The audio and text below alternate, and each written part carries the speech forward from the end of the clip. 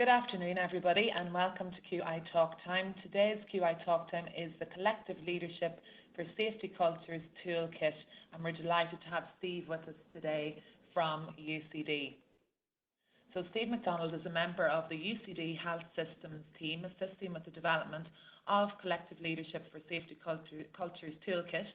He is also working on interventions to reduce self-stigma among people living with TB and HIV in low and middle income countries in partnership with the Irish and international NGOs. Thank you so much, Steve, for joining us today. Thank you. Looking forward to a great webinar.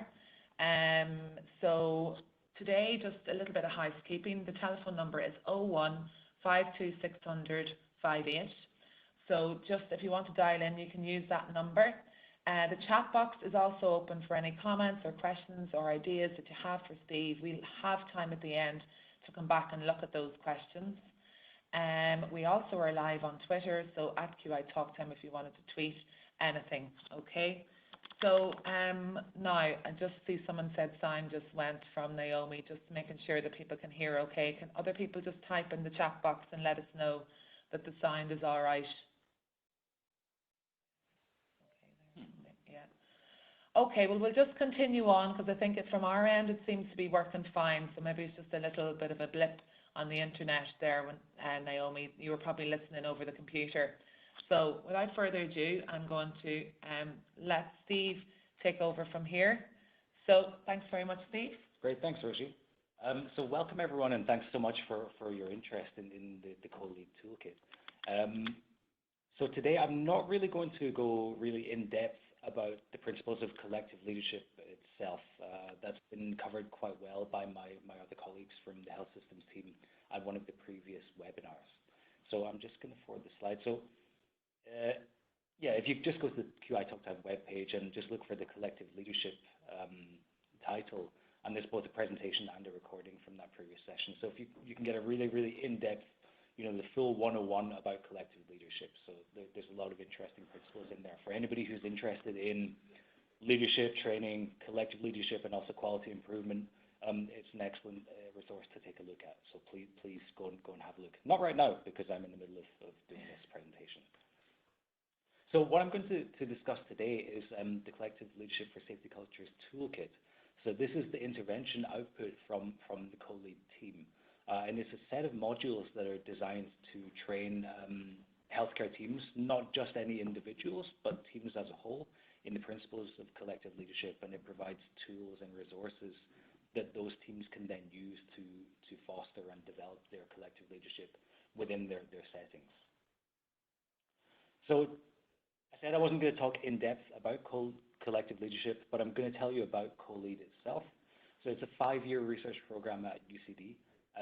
Mostly focusing on researching the impact of collective leadership on healthcare team performance, with that intervention side of things as well.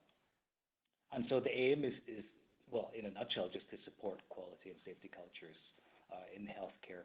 And it's focusing not only on establishing, but also developing and taking forward and improving the model of leadership with a specific focus on effective team performance. And the approach itself, like as I've stated, it's towards developing the team as a dynamic leadership entity. So a lot of traditional models of leadership training in healthcare have focused on finding and sort of like sourcing the people who rise to the top, the leaders, then focusing on them, building their leadership capability and hoping that when we enhance their leadership ability, it improves the system as a whole. Whereas collective leadership, on the flip side, aims to improve systems as a whole by ensuring that entire teams are able to work most efficiently, to take leadership where they have expertise and ensure that everybody is supported to do that. And so Co-Lead itself fits in with two of the main priority areas of both our partners within the Ireland East Hospital Group and also the HSE, and that is in one area, of course, of leadership development, and number two, improving quality and patient safety. So in a nutshell, collective leadership itself, it's, we can make any number of brief definitions, but it's the interaction of team members to lead the team by sharing in leadership responsibilities. And at this point, we do have to say that it's not in order to undermine anyone's individual leadership or authority. because of course there is hierarchy and there is authority within healthcare teams, and there's different levels of responsibility by different members of staff depending on what their role is at any given time. So collective leadership doesn't seek to undermine that process, but rather it seeks to enhance the leadership capabilities of each member of the team in the areas that they're expert at. So obviously we know what safety cultures are, but I think it bears repeating sometimes that, you know, it's a complex entity. It's the beliefs, perceptions, and values that employees share about, for example, levels of risk within their organization or safety within their organization. So when we try to define it, it is quite a broad concept, but by addressing specific areas within aspects of safety culture and collective leadership, we can make improvements in quite a targeted way. So obviously, like I said, the traditional leadership mindset is that, you know, by ensuring that the best people can rise to the top and become the leaders, we'll be able to make systemic improvements. The current reality is that it doesn't always work that way. So there are system-specific and institution-specific challenges that can sometimes undermine leadership. And it might mean that even though we might have the best leaders, we're not always able to get the best team performance. And that's no individual's fault, of course. So the collective leadership model aims to support all of the members of teams in whatever role that they're playing within that team, and when they move into different teams as well, they can all be supported to provide their best input and provide leadership in their own areas. And by working together with a shared sense of vision and goals of the team, they can improve their outputs and improve patient safety and performance. So when we look at the differences between the two models of leadership, the individual leadership model often ends up being seen as a command and control type of model, whereby one leader is dictating all of the direction for example, for the team or for the institution. And centralized decision making can sometimes lead to cultures that foster personal claims and blame. So those where if there are safety challenges or if there are problems with the way that healthcare may be delivered, staff members as individuals may feel reticent, or they may not feel comfortable in being able to speak up about safety challenges, or they might not feel like they want to report errors out of fear of being blamed. So by shifting the responsibility onto individuals can sometimes harm performance. Not always, of course, and I know harm is a very strong word in the healthcare context. Contrastingly, collective leadership seeks to disaggregate those tasks and their responsibilities. So by ensuring that you know, there is that transparent level of power sharing. So like I said earlier, it's not aiming to undermine any individual's authority or leadership, but it's to ensure that everybody has the chance or the ability to lead in areas where they can. And also the group reflection about aspects such as safety, or if there may have been instances of safety challenges, the group can learn and reflect on those challenges rather than worrying about who's going to be blamed and whose responsibility it is to fix them. So why is collective leadership needed? Obviously, when hierarchical leadership as the traditional model has been badly implemented, there may be patient safety failures, like I mentioned before, underreporting of errors. And often new team members, when they join healthcare teams, there are certain parts of the way that the groups and teams work within individual institutions that aren't necessarily written down anywhere. You know, people talk about the hidden curriculum, and there are aspects of that that may lead to these problems. You know, things like acceptance of non-standard practices. You know, climates of you know, being afraid of failing rather than focusing on learning and improving from failures. And within the healthcare setting, these challenges can be somewhat amplified due to the dynamics of the way that healthcare teams work. So, for example, formal leadership within teams can vary to some degree, and between the specialities. So, healthcare teams, their product their outputs are the product of several, you know, highly skilled, highly expert members of that team, all giving input towards a single goal. But sometimes the communication between the different specialties, you know, may be unstandardized. It may be informal. It may be during quick changeover meetings, and it can be quite fragmented. And furthermore, like I was saying earlier, teams the makeup of any given team at any given time may change. So one of the pieces of research that the co-lead team has been conducting recently has been looking at mapping teams within healthcare institutions. But even the challenging question comes when you ask somebody, well, what team are you a member of? And initially they might say what specialty they belong to, and that's their team. But then when you probe a little bit further, you find that they may be moving around the hospital a lot, joining different teams at different stages to provide expert input for specific purposes or specific tasks. And so obviously it's clear that when we have these expert teams, the levels of expertise and the way that that expertise is localized, it isn't all with one individual. It is highly distributed.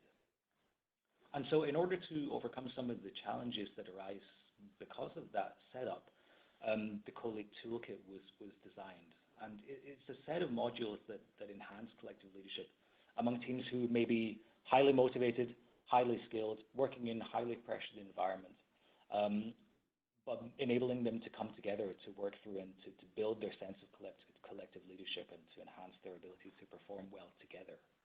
And the key aspect of the co-lead toolkit is that it was co-designed by a multidisciplinary group of healthcare professionals, as well as quality and safety experts, as well as patient advocates. So having the patient voice coming through within the design of the intervention, and also the research team as well. And the content is based on the synthesis of the latest available evidence. So for anybody who's interested in the research that's coming out from the co-lead team and those evidence syntheses, please take a look. So the web address is here is tinyurl.com/co-lead publications. So within the toolkit itself, there's 6 core modules. So it's recommended that teams initially start by undertaking the 6 core modules to gain that shared sense of collective leadership, and then move into the targeted modules, depending on what they feel are their strengths or what are the needs within their team. And the main feature of it is that it's a free and open access resource. So I'm going to be signposting the content a little bit later. So initially, the toolkit itself, each of the 19 modules is set up in pretty much the same way. But anyway, so each one is designed to take the form of around a 1 hour long workshop session. You can compress certain parts, so you can do it in less than an hour if you felt like you had to. Generally, the pilot teams did 1 module every 2 weeks, or it could be monthly. So it's not a sort of very short-term intervention. It can be done over time, so teams can refamiliarize themselves with the material at each stage. And there's continuity as they progress through the different modules. Can I just ask there, Steve, just around the pilot teams, could you maybe elaborate a little bit for our listeners online where the pilot teams were from? Were they from different acute hospitals? Or? Yeah. So it's from a number of acute hospitals. I probably shouldn't say which ones they were, just because of our we have to be fairly strict about our GDPR aspect. Yeah. But yeah, four different teams at hospitals in Dublin. Yeah. And also outside of Dublin as well. They'll probably tell you themselves, actually, because if you go onto the co-lead Twitter, you'll probably see insights from some of the pilot teams. So it's not for me to say who they were, but I think they probably will pop up. And there's nothing completely confidential or anything. It's just I probably. And they were widely multidisciplinary teams. Exactly. Yeah. Exactly. Yeah. So we had input from a lot of the medical disciplines and also from management as well. So the co-lead toolkit is suitable not only for the clinical side of things, but also people who are also, say, decision makers, policy makers, management staff as well. So it targets basically everybody that's involved in making healthcare happen. And just one other question before we go on. Are patients involved in the actual setup or the modules? Can they be included? So they probably can, but because it's targeting the staff themselves in improving the way that they deliver care, the design of the co-lead intervention, but it did take in patient perspectives. So I think that was one aspect that was absolutely key in making sure that it can be as relevant to the real world as possible. So patients may not have to be included in the delivery of the toolkit, but they absolutely were represented all the way through the design of the materials themselves. Keep the questions coming on the chat box. We'll have time at the end with Steve to answer those. Thanks. Great. So one thing that the pilot teams found was quite a successful approach for doing the co-lead intervention was integrating them into the normal opportunities that they have for meeting as a team. So things like the journal club, or teams might have a weekly review session. So it can be slotted into that type of structure, and that was why the design was focused around 1-hour sessions. So like I was saying, they will undertake the 6 core modules. This gives everybody a good grounding in the principles of collective leadership, why it's important, and how to achieve it. And then obviously, based on the needs, like as they go through the process, they'll probably begin to formulate some idea of, what are the challenges that they're experiencing within their own teams. And this really means a lot of different things to different people. So we had one team where completely unexpectedly, they decided that they wanted to use one of the modules, which was emotional support in teams. And actually, we didn't even think that, based on the way that team was made up, we didn't think that they would even be interested in a module like that. So it can even be surprising once teams get familiar with the concepts of collective leadership and they look through what is the content of the modules, they actually might surprise themselves in taking on some of the content. It's very varied, and it can be very interesting. So what's needed? Well, I'm going to come to the website in a moment. So the website itself contains all of the Co-Lead Toolkit modules. They can all be freely downloaded. But each package itself contains step-by-step instructions on how to conduct the workshop session. You need 1 or 2 members to facilitate that session. Not everybody has to be an expert facilitator, but we do recommend that all members of the team should rotate and have a go at the facilitation. It doesn't require a lot of pre-planning, but it does require that little bit of reading through the toolkit package. Maybe bringing in a few consumable resources. There is a need for things like pens, flip charts, sticky notes, that type of thing. And then hoping that the members do rotate through the facilitation tasks.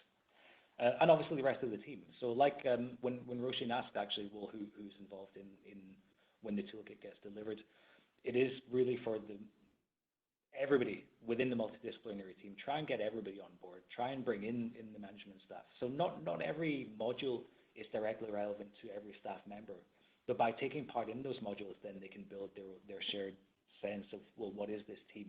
What are we working towards, and what are our goals? So to run a typical module, generally there's a very brief introduction and icebreaker. So one of the pieces of feedback that came through from some of the pilot teams was, this is the first time we sat down in this way and properly introduced ourselves to each other and talked through issues like this. Then next, there's usually an information phase. So within each module, maybe there might be a new tool or resource brought forward to teams to use. Then the main body of one of the sessions is discussions and group work, and it takes different forms depending on the module. Then there's the recording of outputs and planning. So some of the modules may link into each other. So for example, the team values, vision, and mission module links directly into the next module of team goal setting. So they can take their vision and then they can decide, okay, well, what are the goals that we want to achieve, based on our knowledge of what our vision is. And then planning, so they can record those outputs. The toolkit modules contain output documents where they can record what they discussed and how they're going to take things forward.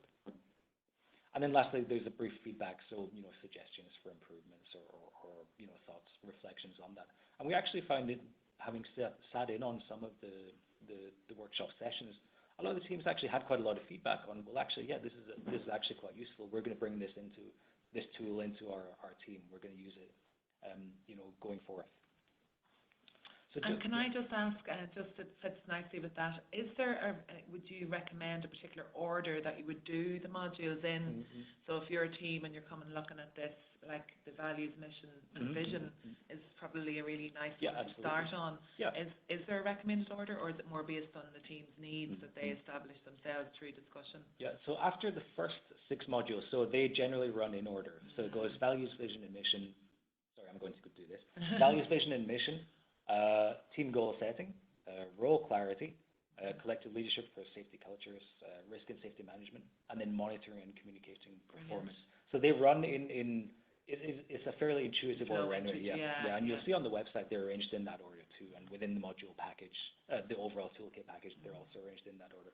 So beyond that, then it's up to the teams to decide collectively, what are our needs, which modules will we do. And the rest of the modules can be done in any order. They're designed to be fairly standalone and fairly implementable.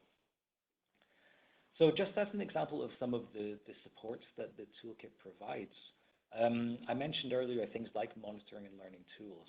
So these might be, for example, an outcomes document where teams might write down the types of safety performance and improvements that they want to see over a given time. And so this lets them record it and track them. There are also resources for communication. So things like supports that can allow teams to communicate with each other better, say in times of high risk, such as changeover. Here's a structured way of communicating during that process. There's also team working tools. So things that will foster the inter-team collaboration. Collaboration among the team themselves. To promote better and more efficient team working environments.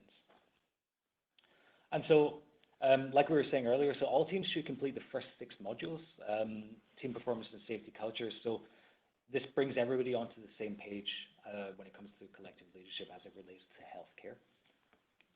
Then there's the targeted modules. So they address quite broad areas of teamwork as they relate to collective leadership. So for example, within the team processes intervention area, there's quite broad ones such as building trust. And then there's more specific things like, how to, conducting more effective team meetings, structured interdisciplinary rounds. Then when we look at patient safety, there's 5 modules that they're actually very diverse. So for example, can I use the mouse? Oh, yeah. So if you guys can see the mouse pointer here on the screen, things like talking about safety.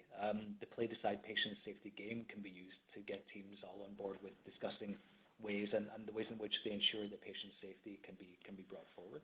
And we actually have a QI Talk Time webinar on that specific one, and so you can go back to the QI Talk Time webpage and watch that one if it's something that you're interested in. Yeah, please take a look at that. I think it was from 2018.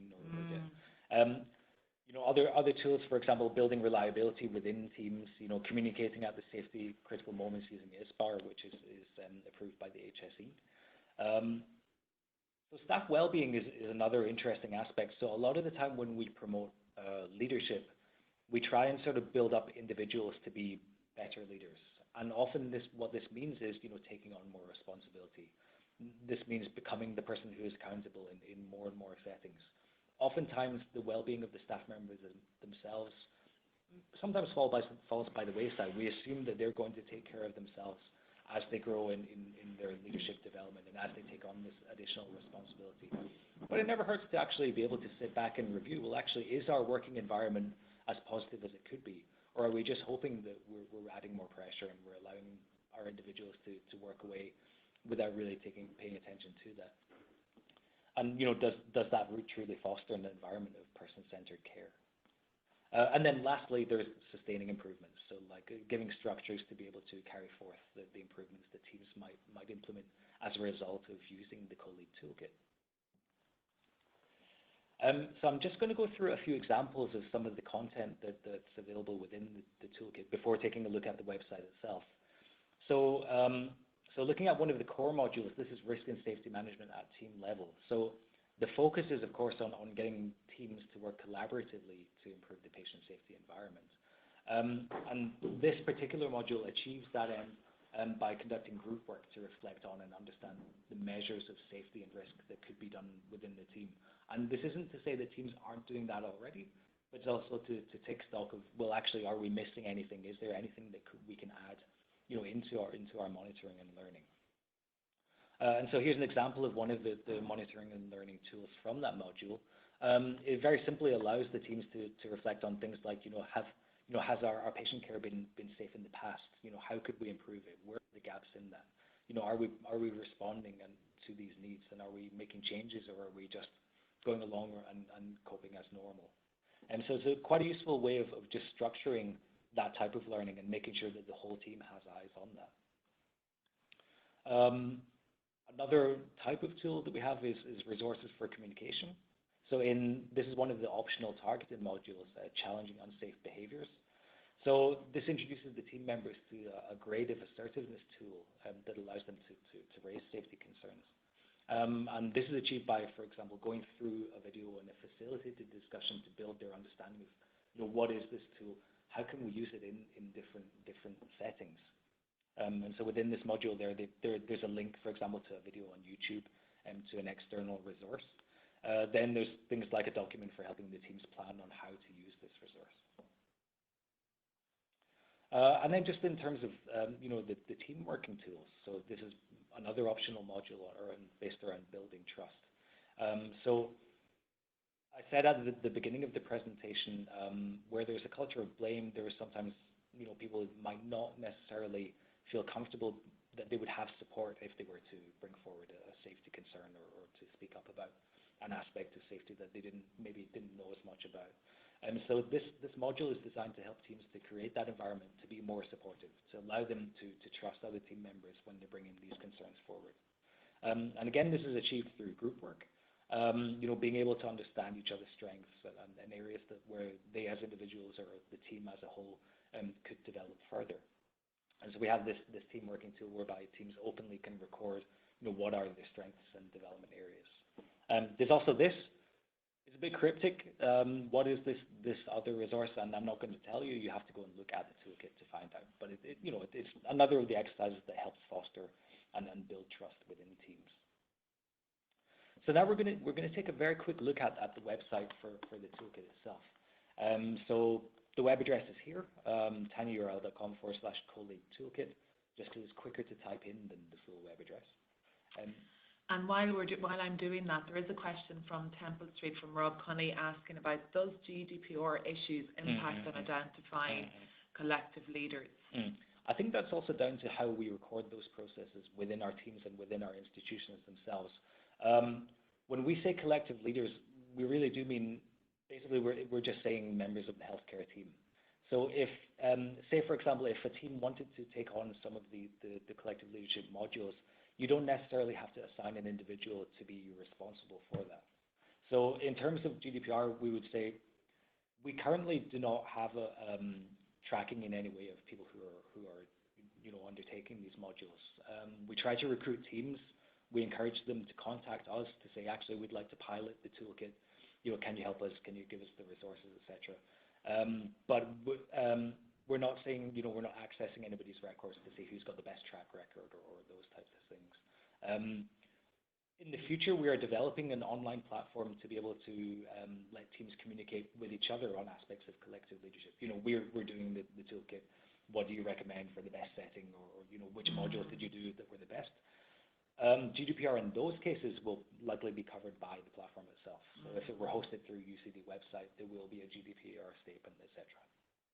I don't know if that actually answers that full question, to be honest, but that's a discussion that can be had further, and there's an email address at the end where we can actually open those discussions a little bit further.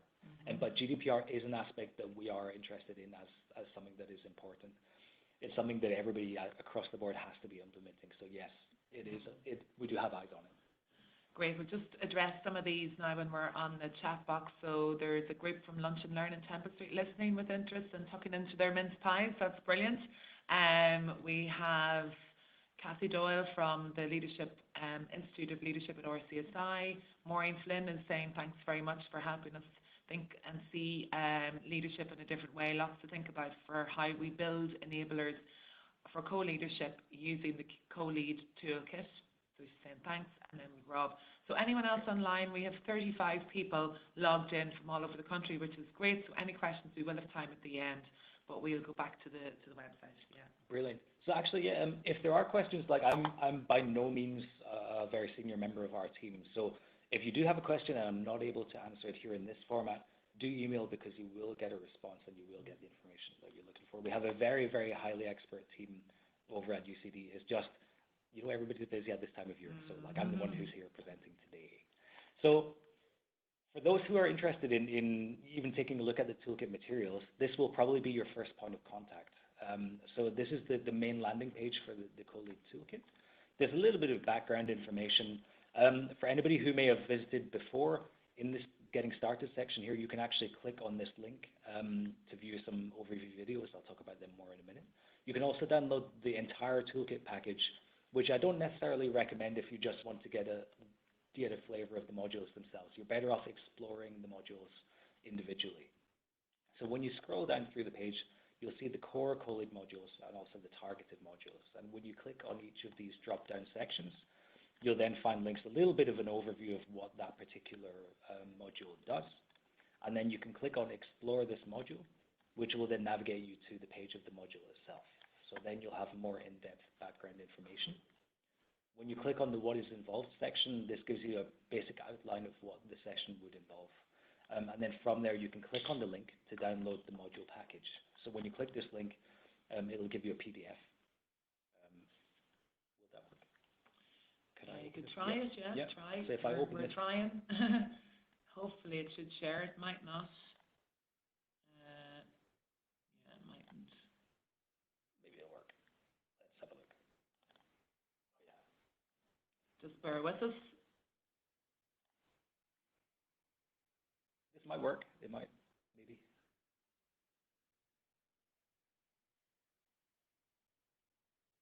It's opening up at the moment. I think it's working. So your own experience may be more streamlined. But anyway, so here's the role clarity module. It's one of the core co-lead toolkit modules. Generally, there's a 1 or 2 pager introduction, so about this module, and it describes things like the goals that we're hoping the teams will achieve by undertaking it. What is the collective leadership focus? What areas of team behavior does the module focus on? Most of the about sections will contain this section, who is this module for? And the answer is probably going to be the same in each one, which is all team members. And then, some of the evidence from the literature over, what would be the patient safety impact of undertaking this module. So there's references there, there's links, there's additional resources in some of the modules as well. And then for facilitators, there's a step-by-step guidance on how to conduct the session. So this is your 1-hour toolkit session. So every one of the module packages contains this. So it's very, very simple to do. It gives you an overview about the purpose and then the setup.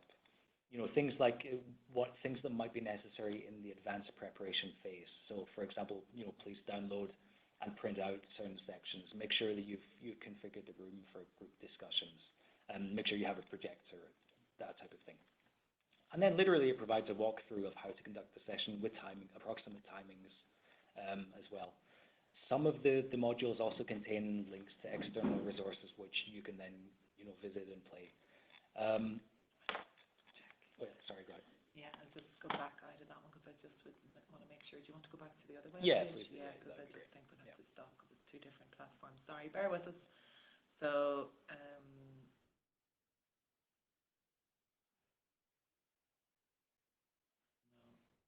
just bear with us for a sec.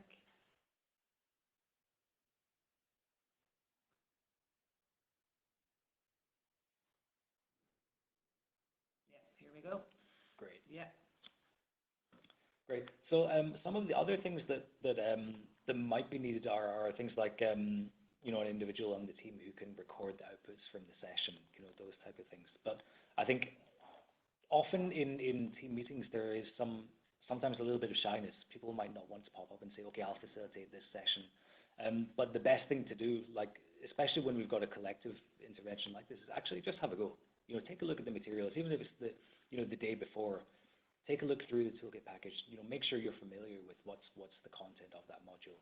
And actually, then the facilitation almost takes care of itself. And once the team discussions are started, it's very, very easy to walk people through the module. So just to take a look at one of the other modules.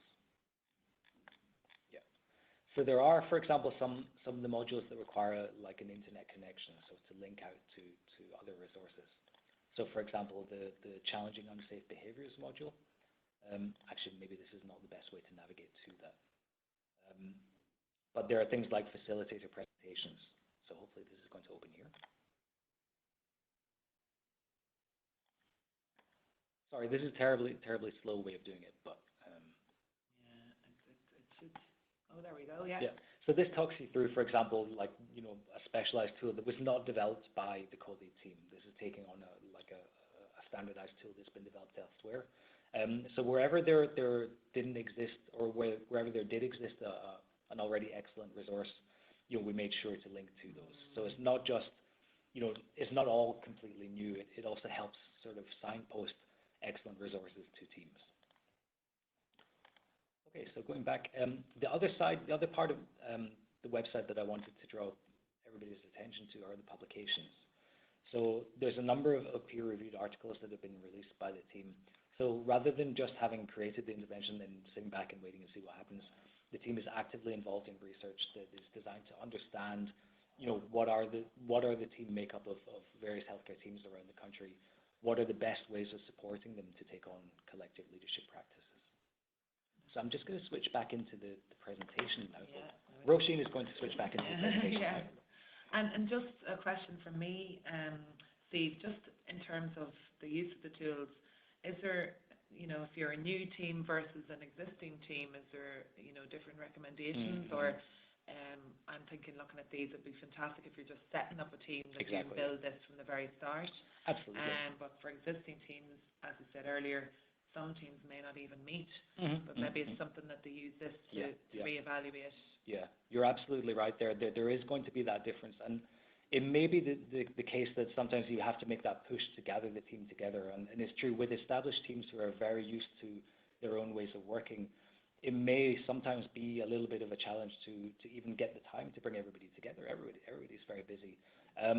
What we did find with the pilot teams, they were quite well established, and the best thing about it was that they made the time. They even though they recognize that their schedules are extremely busy and it's very, very difficult to even get that 1 hour together, they rearranged to be able to do that because they believed in the value of the intervention itself. So I think, part of it is there is a scheduling issue. There is always going to be that difficulty, but to be able to dedicate 1 hour to it, the gains that they thought that they hoped that they would make, hopefully outweigh that challenge. So definitely for a new team that is setting up, certainly if those who are setting up that team believe in collective leadership as a concept, it would be great. Yeah, absolutely. From the ground up to implement collective leadership would be absolutely brilliant. Yeah. Great. I'm just seeing where we want to start from. Go down a little bit more. Where were we? Oh yeah, we were here. Yeah. Here. Yeah. Brilliant. So just looking at some of the progress that has been made to date by the co-lead and by the team. Yeah. Oh yeah, is it working for everyone? Yeah, perfect. So this is just the timeline, as it were. But for example, after the code design process was completed, we reviewed and finalized the Toolkit Materials, underwent the pilot sites, launched the materials in the website. So we were out at the Mater Hospital 2 weeks ago. We had a week-long sort of publicity drive whereby we were in the corridors handing out these lovely lanyards to staff members as they were going past. Trying to just get people involved, trying to get them sort of thinking about collective leadership a little bit, and then we did the formal launch as an evening event within the site, and it's telling that it was supported by senior management as well. They were there at the event. They were very, very interested in how can we use this intervention to make improvements within our institution. And that's probably crucial for the sustainability of this and the support to get this set up, is to have that leadership support. Yeah. Absolutely. And I think we don't need to approach it from the angle that we're mandating that people are using it. We don't need to go to senior management and say, I need you to tell your teams to do this. I think it is more organic than that. It's getting people in the room, maybe a few clinicians, maybe a few, for example, they say the directors of nursing, get them involved, run them through a couple of modules as a test. Just to see what it's like, what would the shape of this be? And then chances are that it's very highly likely that they will be interested in taking things forward. So currently we've been recruiting teams at the Mater Hospital to start doing the scale up, and there's a lot of interest from a lot of different disciplines. So I think it's gaining momentum now. Come January, there's going to be a lot going on, so do watch this space, because I think there's going to be a lot of not only implementation done, but also insights from those teams. So the toolkit itself will probably be refined even further as we go forth. So, some of the pilot team feedback has been very, very positive. Clearly, of course, they had criticisms in, of very specific aspects, like, these materials, maybe they would take too long to do. This session wasn't as practical as it could be. So we listened to those, and when we brought them into the toolkit as we refined it. But, things like, even making the teams, come together more easily. Some of the teams said to us, well, actually, we hadn't really had that formal introduction to each other. We didn't really know, what was the other person. Now I feel more comfortable when I see them in the corridor. I can call them by name. and say, hello, we did that intervention together. But at the end of the day, it all boils down to, patient outcomes and patient safety. And they were quite happy that, yes, it did actually improve those aspects as well. So it's not just the case that we're only focusing solely within the team. It's also looking at the way that the team looks outward. So obviously we acknowledge the co-design group. They had a huge hand in making the toolkit, as good as it is right now. The hospital management who are so interested and so willing to take on board the Colleague Toolkit, and the pilot teams who really, they dedicated the time to starting to take a look and to implement. And then also the partner organizations, of course, for funding and for support, and for some of the conceptualization and ideas. So, for example, the King's Fund in the UK, they've really led the way in terms of collective leadership and the conceptualization of that. So just one other thing that we did that I hadn't really touched upon during this presentation, there's a series of YouTube videos, so short animations that we produced in collaboration with IADT and Dunleary about each of the 6 core modules. So these videos are less than 2 minutes long. Some of them are 1.5 minutes. That gives you a flavor of what that module is about, what is involved in that module and how it can improve team performance. So for anybody who's interested there, please take a look, tinyurl.com/introducing co-lead. That will show you a playlist of these 6 videos. So for anybody who wants to get an impression of, well, what is co-lead about, this is a great stop to take a look. So please take a look there. And then lastly, just if anybody's interested in, taking on Collective Leadership Toolkit, please send us an email. You'll definitely get a response. And there may be some way that we can support in terms of, coming in to facilitate a session or, that kind of thing to show what the shape of it is like. We don't have any full sessions recorded, but, that's the kind of thing that could be done as a training resource as well. There's also the 2 links to the toolkit itself and also to the publications. And then lastly, there's also Twitter. So regular updates if you're interested in collective leadership and the way it's getting implemented in the healthcare setting here in Ireland, but also internationally, please follow us on Twitter as well. It's @CoLeadProject. Thank you so much, Steve. Just a few things here, I think, that have come in on the chat box. So, question from Temple Street, we talked about that, and Rob is saying there's 20 people in the room. Oh, great. Hi, all. Hi, everyone. Or GDPR, Yeah, we may need to identify the need. We may need to define the need to identify or contact individual staff members as being something that is required for safe quality delivery of healthcare, so that it complies with GDPR articles. Absolutely, Rob. Absolutely, yeah. And would that be done maybe within everybody's own institution as well? Because I'm assuming there's policy in place to facilitate that process.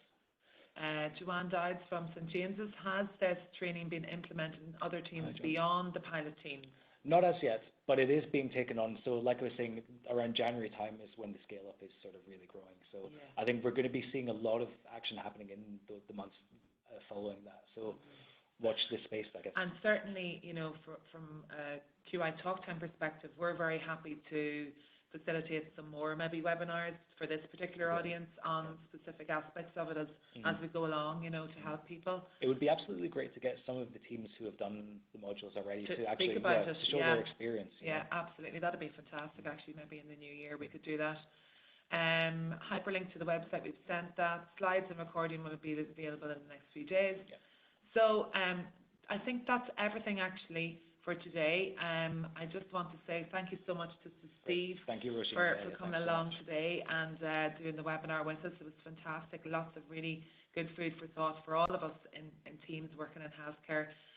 So we could start anywhere and get going. So without further ado, I just want to finish off with 1 or 2 things. As part of the National Quality Improvement Team, we've received an early bird day rate for the Quality and Safety in Healthcare Conference in Copenhagen. So this is the information here. So the attendee type, if you are thinking about going, you need to select Forum 20, and the verification code to receive the 20% off that we've secured is Together 20. So it is an expensive conference, and I think, if people are thinking about going, please avail of this 20% off, which would be come in handy. So if you are interested in that, you can email me if you didn't have time to take a photo or take this down.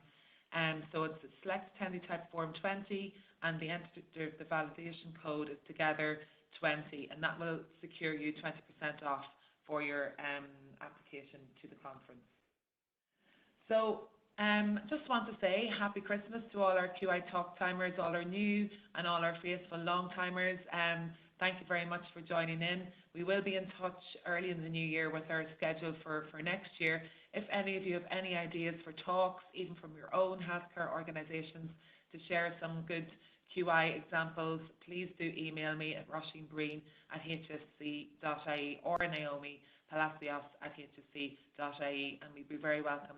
We'd welcome those. Always looking for new things to discuss over QI Talk Time. So thank you very much, and hope you all have a lovely Christmas and a happy New Year to everybody too. Thank you. Thank you, everyone. Thanks so much. Thanks.